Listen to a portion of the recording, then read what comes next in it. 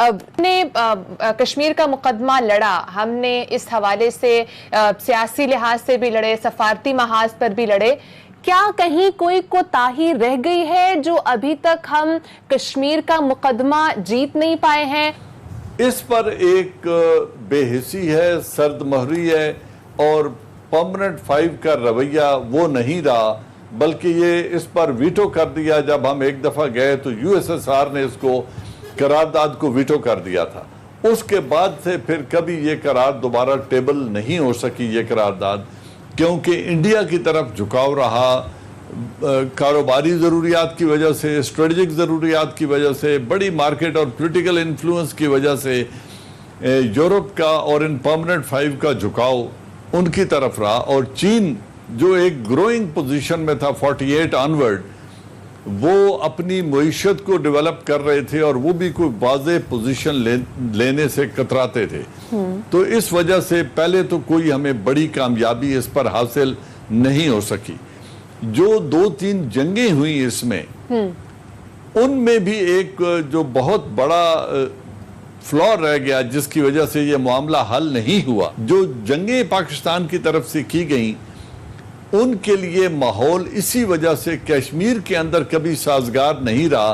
और जब हमने बाहर से मिलिट्री का दबाव डाला तो अंदर से कश्मीरियों ने हिंदुस्तान की आर्मी पर वो दबाव नहीं डाला, उनके लिए वो इनसिक्योरिटीज़ क्रिएट नहीं की जिसकी वजह से वो डिफीट हो सकते। जिस तरह बांग्लादेश, फॉर्मर ईस्ट पाकिस्तान में पाकिस्तान आर्मी के खिलाफ बंगालियों ने जो किरदार अदा किया था, उस तरह का किरदार कश्मीर ने कभी अदा नहीं किया था, जिसकी वजह से वो जंगें भी नतीजा कुन साबित नहीं हो सकी।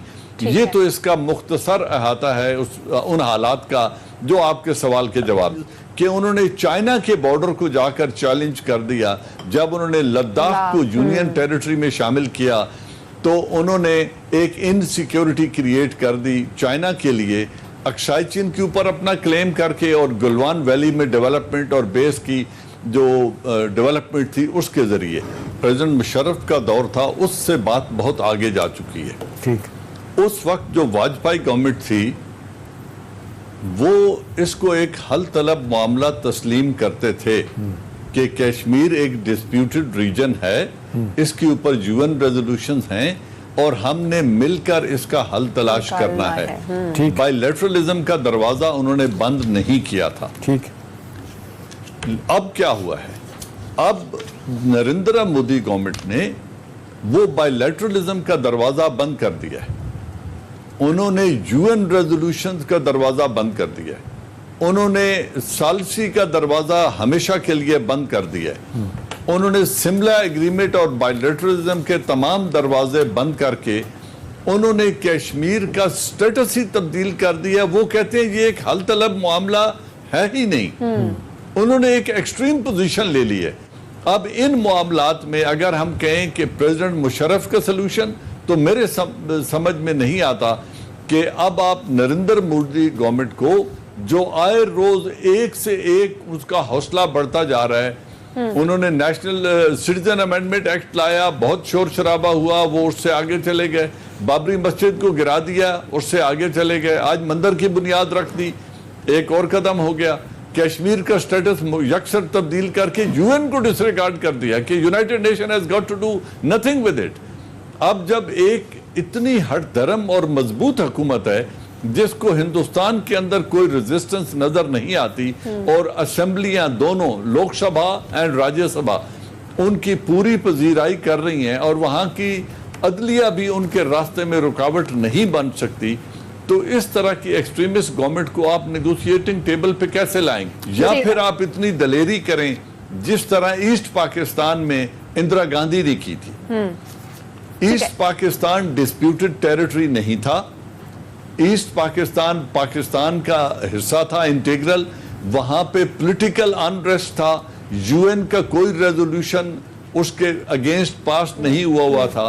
तो हिंदुस्तान ने उस वक्त इसको बहाना बना कर के अंदर बहुत जुल्म हो रहा है, हम तमाशाई नहीं बन सकते नेबरहुड में बैठ के, उन्होंने रूस के यूएसएसआर के साथ एक मुआहदा किया और फौज कशी कर दी। दुनिया की किसी मुल्क ने उसको नहीं रोका।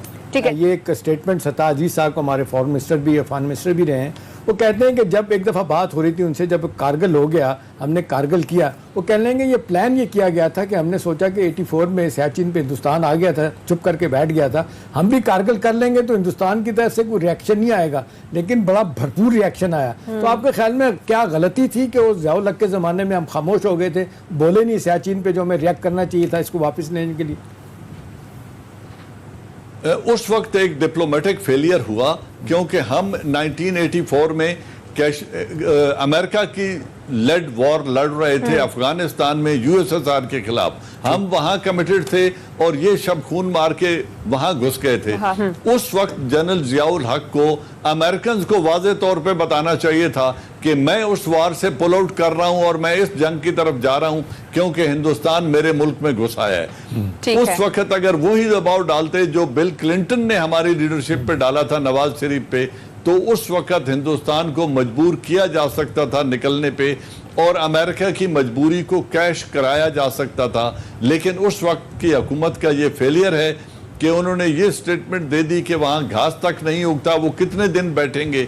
आज वो 36 बरस से वहां बैठे हुए। ठीक है दोस्तों, स्वागत है आप सभी का मेरे साथ। वीडियो आपने देख ही लिया है, काफ़ी इंटरेस्टिंग वीडियो था और आपने देखा कि किस तरह से जो है पाकिस्तान के जो लोग हैं वो चीख रहे हैं, चिल्ला रहे हैं और ऐसी ऐसी बातें कर रहे हैं जिससे हंसी जो है आती है हम लोगों को। ये कह रहा है कि इंदिरा गांधी ने हम में से बांग्लादेश बना दिया, रूस ने हमें वीटो कर दिया, अमेरिका ने कभी कुछ करने नहीं दिया। और मतलब यार क्या बताएं इनके बारे में, ये इतने लाचार ही लग रहे मुझे जैसे इनके कुछ पल्ले ही कुछ नहीं है। ये है क्यों दुनिया में मेरी समझ में नहीं आता, जब इनके बस का कुछ नहीं है। कह रहे इंडिया 36 साल से सियाचिन में कब्जा जमा। अबे सियाचिन इंडिया का हिस्सा है, ठीक है, बकवास करने की जरूरत नहीं है। कब्जा जमा के बैठे, कब्जा तो बेटा पीओके पे तुम लोगों ने जमाया हुआ है। जो इसके बाद अब इंदिरा गांधी ने तुमसे पूर्वी पाकिस्तान लिया था, वो तो जब ले लिया था जब इंडिया उस पर कोई क्लेम नहीं करता था या कुछ नहीं करता था, और ना आज तक हमने बांग्लादेश के बारे में कोई क्लेम किया है। तो वो तो इंदिरा गांधी ने जब तुमसे अलग कर दिया, तो पीओके और गिलगित बाल्टिस्तान तो बहुत छोटी चीज़ है, इसको तो इंडिया अपना मानता है। जब दूसरे के लिए, दूसरे के सुख के लिए इंडिया इतने हद तक जा सकता है, इतनी बड़ी जंग लड़ सकता है, तो यार ये तो अपना हिस्सा है। पाक ऑक्यूपाइड कश्मीर और गिलगित बाल्टिस्तान तो हमारा हिस्सा है। इसके लिए सोचो हम क्या करेंगे। Thank you. तो दोस्तों, पाकिस्तानी मीडिया के लोगों ने इस वीडियो के अंदर काफ़ी शोर शराबा किया है नरेंद्र मोदी के फैसलों को लेकर। पाकिस्तानियों को लगता है कि जो नरेंद्र मोदी फैसले ले रहे हैं वो कुछ तानाशाही फैसले ले रहे हैं।